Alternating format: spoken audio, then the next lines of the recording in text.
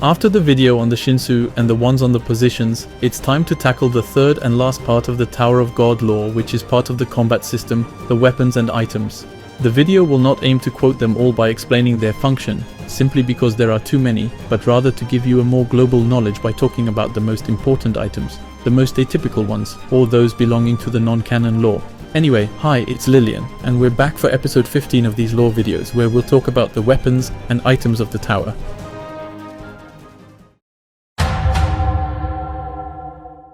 Remember, in the first episode about the tower, and in the 12th episode about the Shinsu, I mentioned the book of the blacksmith Ashul Edwaru called The Weapons of the Tower, of which there is only the introduction, where he spoke about the Shinsu and compared it to the air based on the testimony of the irregulars. But I did not read the whole extract. Indeed, I kept for this video the rest of the extract where he talks about weapons. Here it is. You readers may not understand why I, who is not even a wave controller, write things about Shinsu in the introduction to a book about weapons. But that's because you don't know anything about tower weapons. Shinsu and tower weapons are interdependent. You cannot fully understand the weapons without understanding the Shinsu. All the weapons that are used are inspired by the weapons that came from outside the tower, the ones that Jahad and the heads of the 10 great families brought with them when they entered. But these weapons were, of course, all designed to be used in the air, not in the Shinsu, although some were used in a vacuum. They had to develop and modify their weapons to be compatible with the properties of Shinsu. This is how the weapons we use came to be. It is therefore essential to know the Shinsu in order to understand the tower's weapons. For this reason, there will be many stories about the Shinsu in the coming chapters, and I ask that readers pay close attention to the relationship between the weapons and the Shinsu as they read.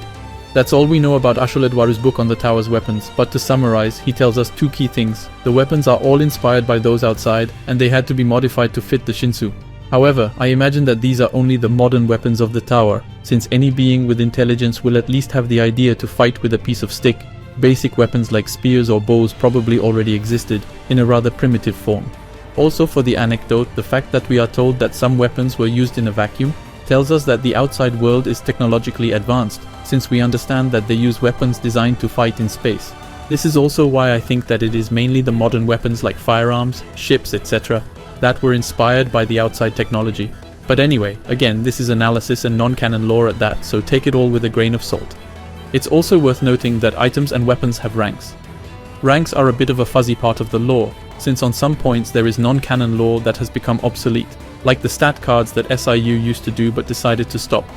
There will be a lore video on non-canon lore, that has become obsolete by the way, one day. Today, it looks like this rank goes from E to S+, since the pocket that regulars receive upon entering the tower is E rank, and there is only one S+ rank weapon in the tower, the Sword of Arihon, the most powerful weapon in the tower. There could be an F rank since it was present in the old obsolete cards today, but who cares honestly?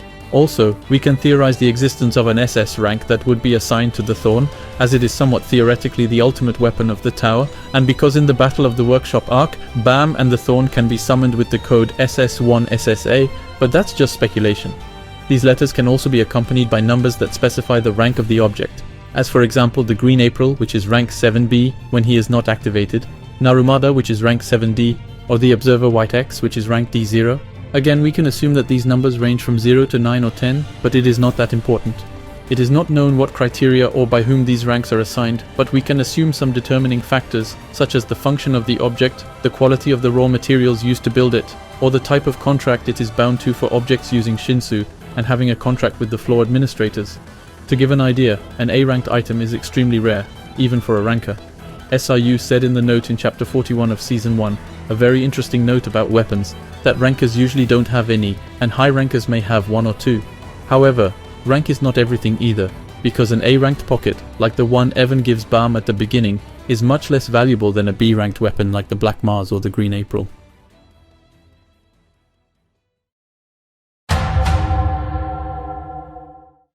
I think we should first talk about a raw material that is essential to the production of a large number of objects, the Suspendium, or floating ore, according to the translation. As its name suggests, it is an ore that has the ability to float, a bit like a helium balloon. The higher the purity of the Suspendium, the better it can float in areas where the Shinsu is very dense. We can therefore assume that the purity of the suspendium is a determining factor in the quality of an object. To explain this purity story quickly, you can imagine that when the crystals are extracted, the suspendium is naturally mixed with other minerals. And the less these minerals are in the suspendium crystal, the more pure it is, a bit like in our world with gold or other precious metals.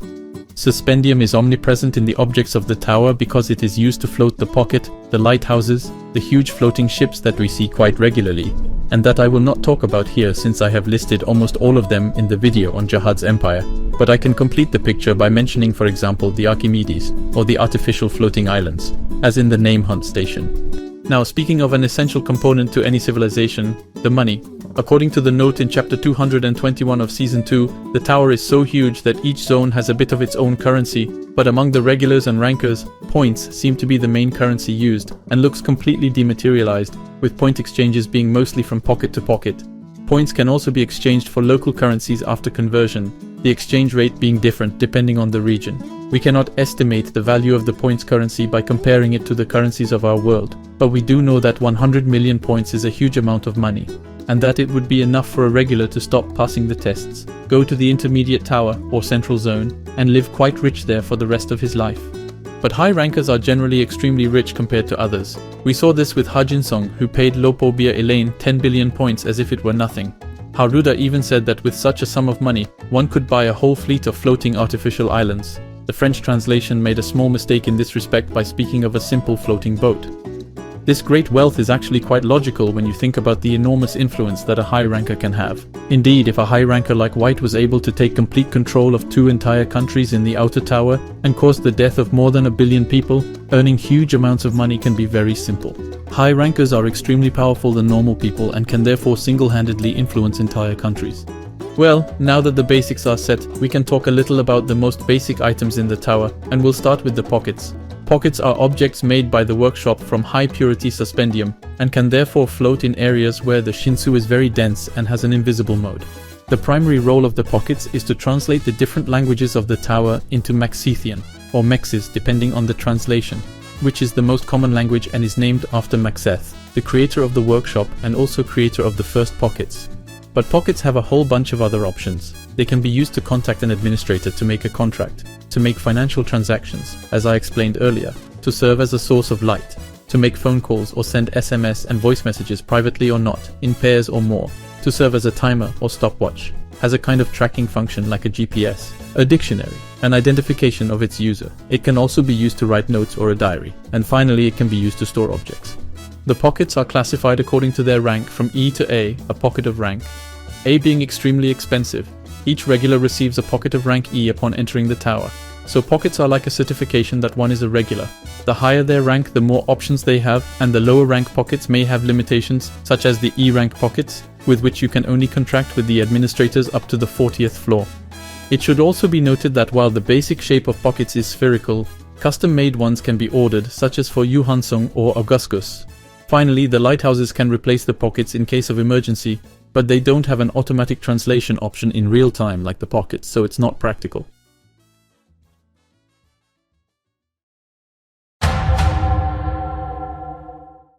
Well, now we're going to talk about the items specific to combat positions. I'll refer you to the video on positions if you ever need a reminder, and we're going to start by tackling a big piece, the item without which the light bearer is nothing. I'm talking of course about the lighthouses. As you may have understood in the video on positions, the lighthouse is the main tool of the light bearer logic. A lighthouse can be of different colors and is made of suspendium of varying purity. As I explained earlier, the higher the purity of the suspendium, the more the lighthouse will be able to float and therefore be used in areas where the Shinsu is very dense.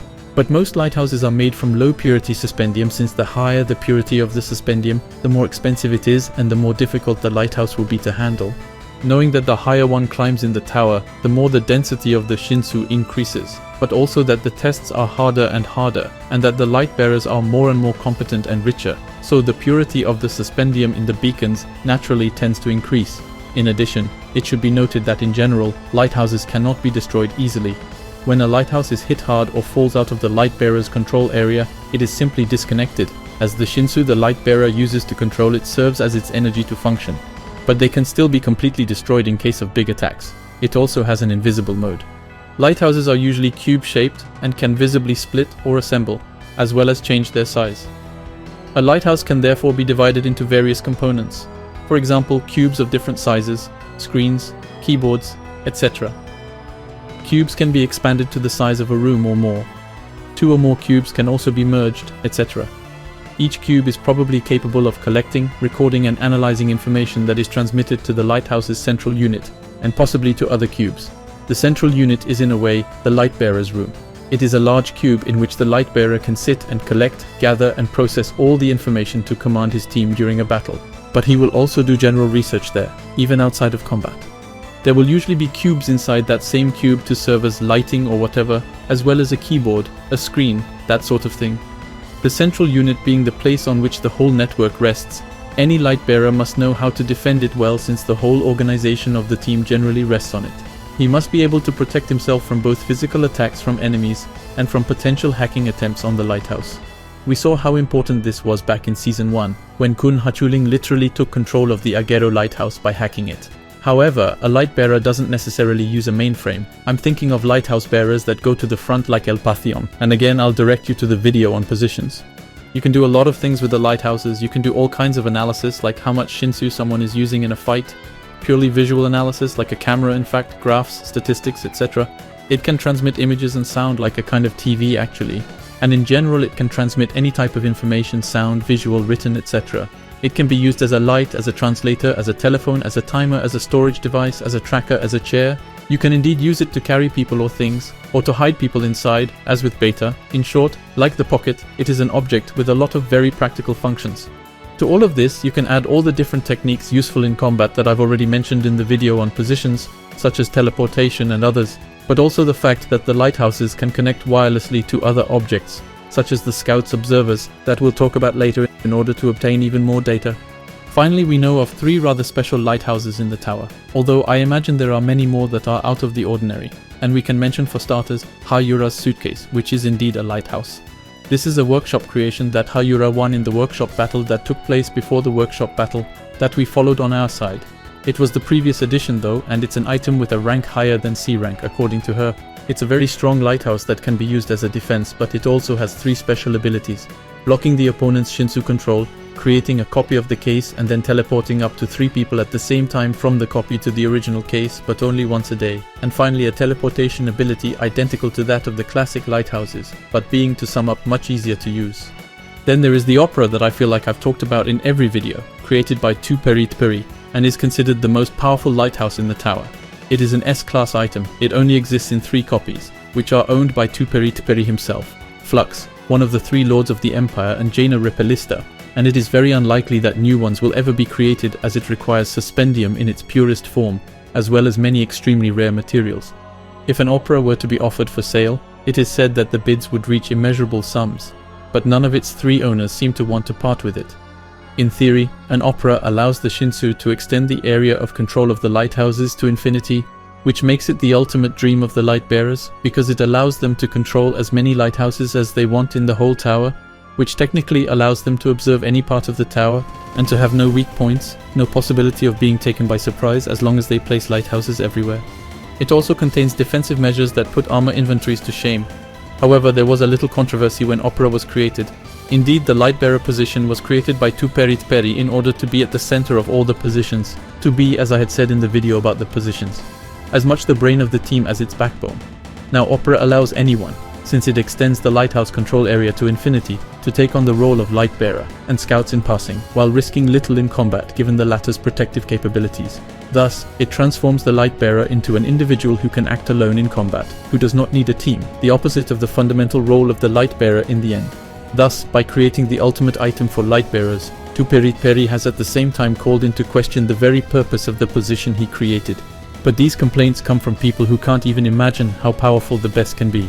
Because in fact, we know that according to Urek himself, an opera would not be able to stop him for more than 1,000th of a second.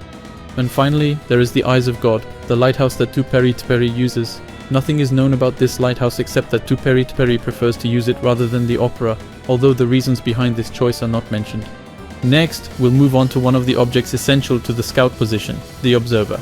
The main purpose of Observer is to collect visual data and transmit it to the scout in the first instance, and then to the Lightbearer, who will in turn analyze it and coordinate their team accordingly. but they can also have other functions, such as lighting, projecting holograms, hiding, etc. A scout will usually be able to control several at once, and thus be able to expand his or her field of vision, much in the same way as a light bearer with his or her lighthouses. Also, observers have not always been used for reconnaissance only. In the old days, when war was at its height and the great families or guilds offered no protection, scouts needed as much strength as they could get in combat, so ancient observers like Purple Dementor were much more focused on hand-to-hand combat. Other particular observers include the baby growler that Kunkiseya received as a gift from his mother, and that has the particularity of neutralizing the Aguero lighthouse. There is also Little B, the observer of Grandeli, that was able to destroy Kun's lighthouse in one shot and that poisoned Rachel. There is the Purple Eye, from the Purple Eye brothers, whose special ability is to slow down the targeted people. Well, Miseng just mirrored the attack with his observer, so it wasn't crazy. And finally there is the White X, which is D0 rank and is able to make its user invisible.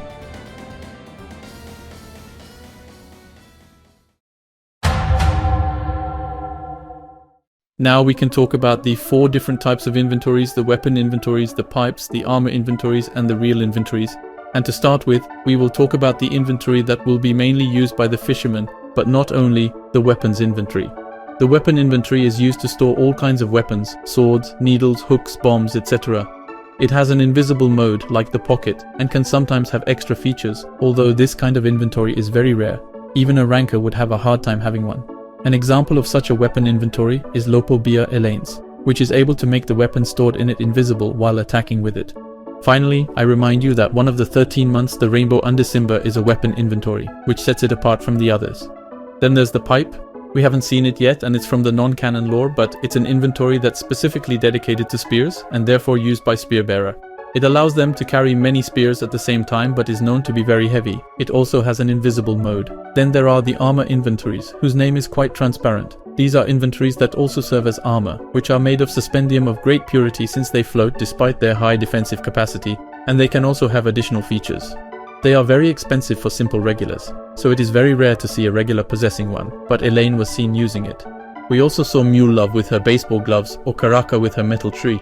And finally there are the reel inventories, mainly used by the fishermen, which are weapon inventories on which one or more reels are added at a particular place. For example, at Elaine's you can see the reel at the top right, or at Anak's, at the top left. I will explain the use of the coils later. With the help of the Shinsu, you can wind and unwind the coil to control its length, but it also allows you to control its direction. Coils are one of the most common weapons used by fishermen, hence the usefulness of coil inventories. But there is also a very special type of inventory that SIU reveals in the note in chapter 41 of season 1, and that is the carriers. A carrier is a special inventory that is actually a combination of a pocket, a lighthouse, and a pipe. This rather unique item only exists in 10 copies, 7 of B rank and 3 of A rank, and allows fishermen to partially assume the role of all other positions. It is not a very effective item in combat, but it is still interesting. By the way, Adori Jahad uses one.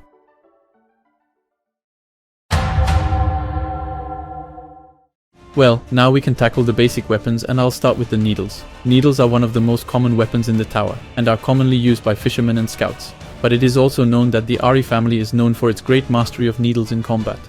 As the name implies, they consist of a long thin point, usually used for piercing, thrusting, etc.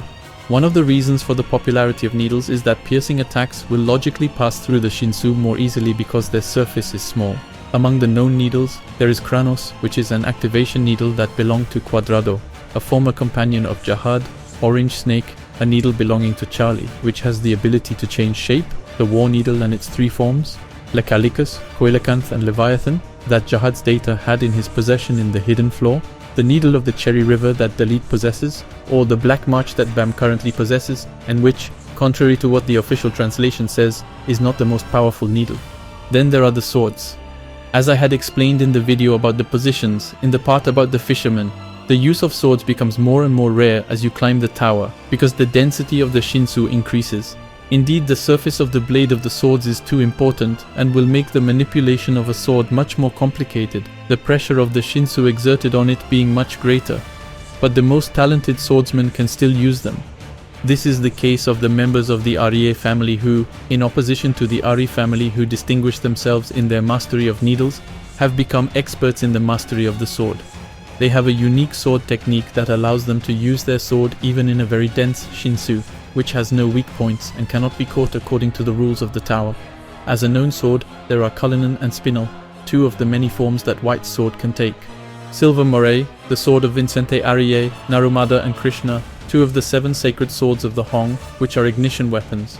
Donghai, the sword of Wolhaek-song that Liro Ro gave to Hats after the arc of the Battle of the Workshop, and which is a rather dangerous activation weapon because when activated, it can kill its user if it does not deem him worthy of using it.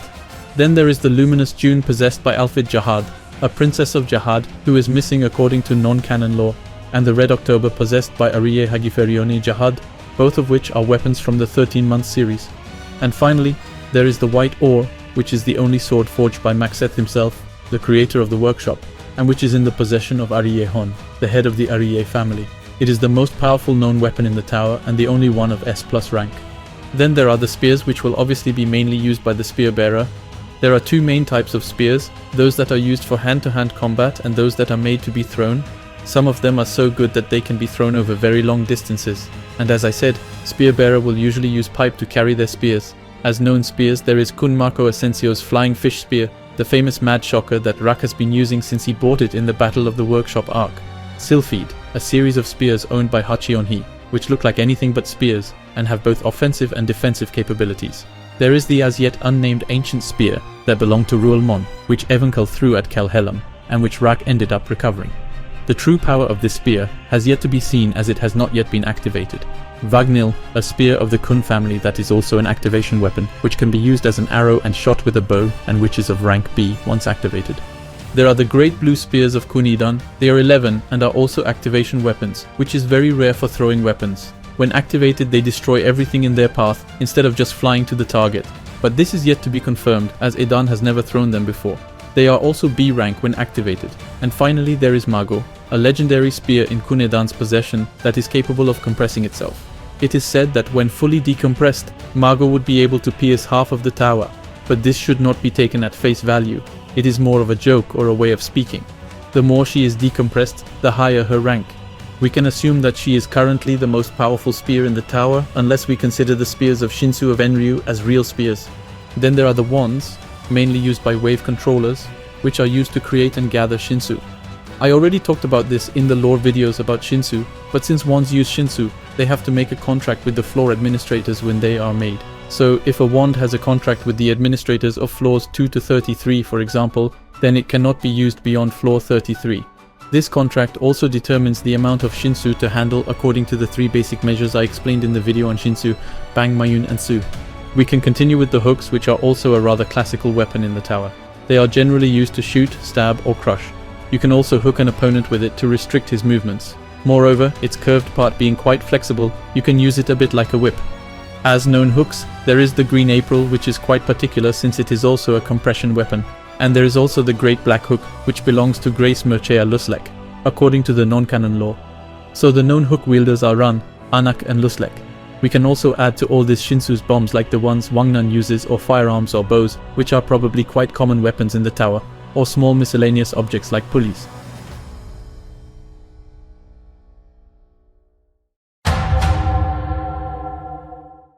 Ignition weapons are very powerful weapons because they have a peculiarity that makes them rather singular. Each ignition weapon contains a soul in it. Well, it is more accurate to say that they are refined weapons with a soul-bearing Shinsu. When these weapons are ignited, they release a large amount of energy, which increases their power a lot. We have already seen quite a few of them, including the 13 months, the 7 sacred swords of Hong, Kranos, and all the others I have already mentioned in the video, but also the Thorn, which I will talk about later. Then there is a variant of the ignition weapons, the compression weapons, which are able to compress and decompress, as I explained earlier with Mago or the Green April. Moreover, although they may look normal visually, they are generally much heavier than their volume would lead you to believe, since their mass corresponds to that which they have when decompressed and does not change. And finally, there are the living ignition weapons. This time the Shinsu containing a soul is not injected into a weapon, but into a living being directly. I've already talked in detail about how the workshop created living ignition weapons by explaining the story of Horyang, Kasano and Beta in the workshop video, as well as the case of Bam. But I'd like to add one last special case, that of Emily, because Emily is also a living ignition weapon, but it was melted down to create the Emily application from its remains. Once again, I refer you to the video on the workshop for a detailed explanation of this story.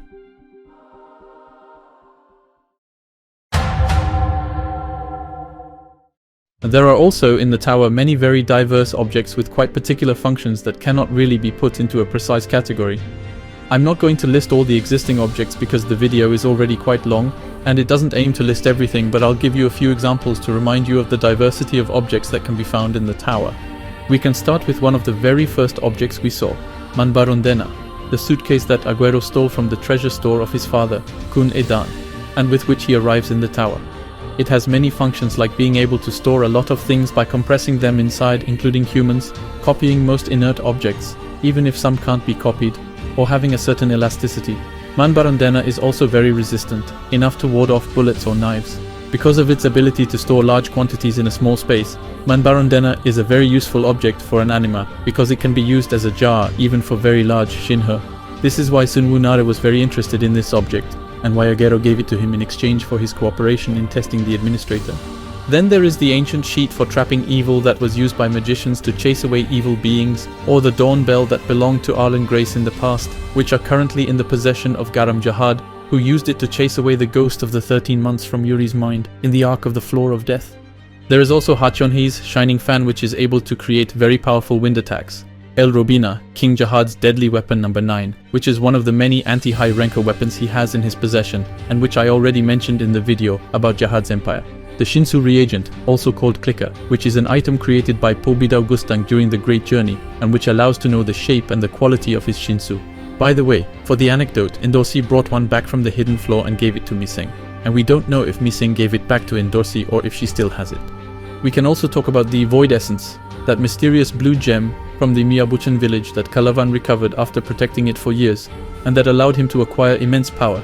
The power sealed in this gem originally belonged to a man who had killed many people during the ancient wars and ended up sealing this power himself. Then, to talk about the 3 rewarding items of the workshop battle, there is the Blood of Tarama, which temporarily makes its user invulnerable, the White Celestial Mirror, which has 3 abilities, and only one of them is known.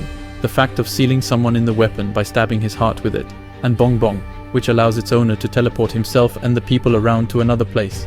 The distance that Bong Bong can travel is limited and decreases the higher up the tower you go, due to the increased density of the Shinsu.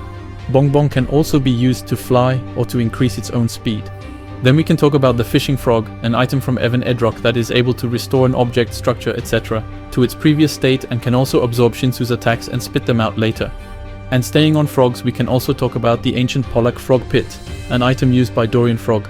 This weapon has 2 known functions, the eye mode, which allows to analyze the power of a person, and the tongue mode, which generates very concentrated mucus, thanks to which Dorian Frog stopped the Hell Train, for example. There is Urek's ankle bracelet, which Rachel recovered and gave to Pobidao Gustang at the end of Season 2, and which allows to limit a person's power, so that he looks less powerful than a ranker, which allows overpowered people like Urek to go unnoticed where they pass. And finally, there are Adam's Gloves, by Evan Edrock, which creates a barrier that makes whatever is inside invisible and soundless. Anyway, as I'm sure you can understand, there are a lot of objects with a lot of different functions.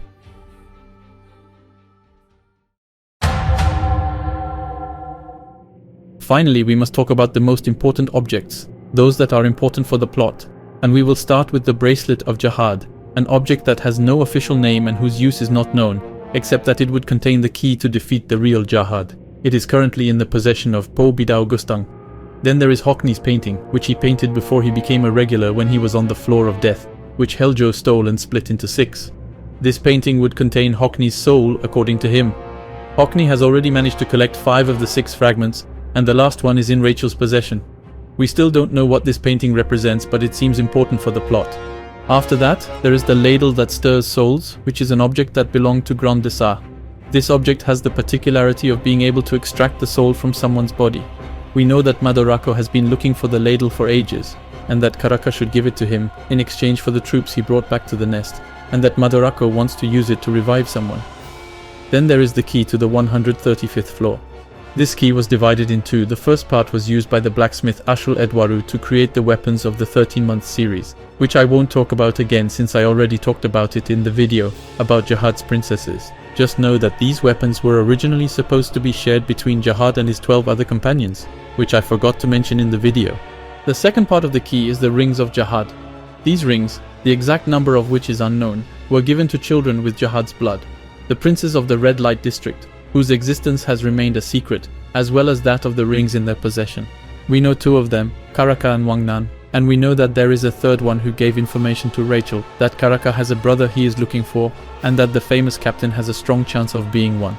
We can also note a very mysterious weapon, but which will necessarily have a very important role in the continuation of the story, the sword that Wangnan gets at the end of the arc of the Hidden Floor. We only know that this sword saved everyone in the Hidden Floor in exchange of a promise that Wangnan will make to him, the one to kill somebody. And finally, there is Enryu's thorn, the one he left behind after killing the administrator of the 43rd floor.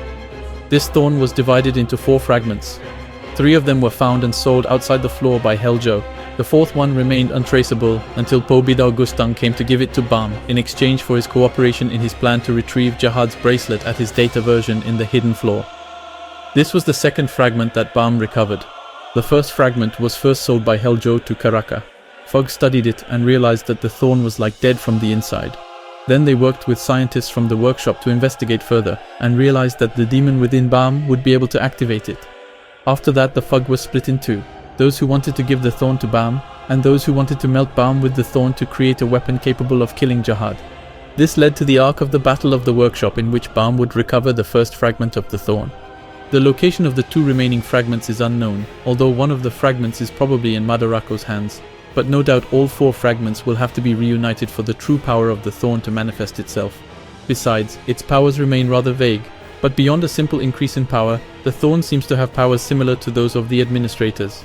Indeed, when Bam activates the thorn, he is able to forcefully control the Shinsu in an area, like an administrator would do. That's why he is the only one who can use the Shinsu, when Heljo uses the power of the Red Thrisya to create the Zero Zone, where he decreases the concentration of Shinsu. Even an irregular like Urek couldn't use Shinsu at that time, which shows how special the thorn is. Also, when Bam used the 2nd fragment of the thorn while he was unconscious, when the real Jahad appeared in the Hidden Floor, he analyzed the ability of the thorn and talked about space control. In short, his abilities are both mysterious and incomplete. And that's it for this long video. I hope it wasn't too boring. There are a lot of things I had to summarize to not increase the length again, so the video is not really exhaustive, but I think it says enough. Anyway, if you liked it as usual, like, comment, share, subscribe, bell, etc. You can come and follow me on Twitter too, and we'll meet again for the next lore video, which will be about the places and environments of the tower.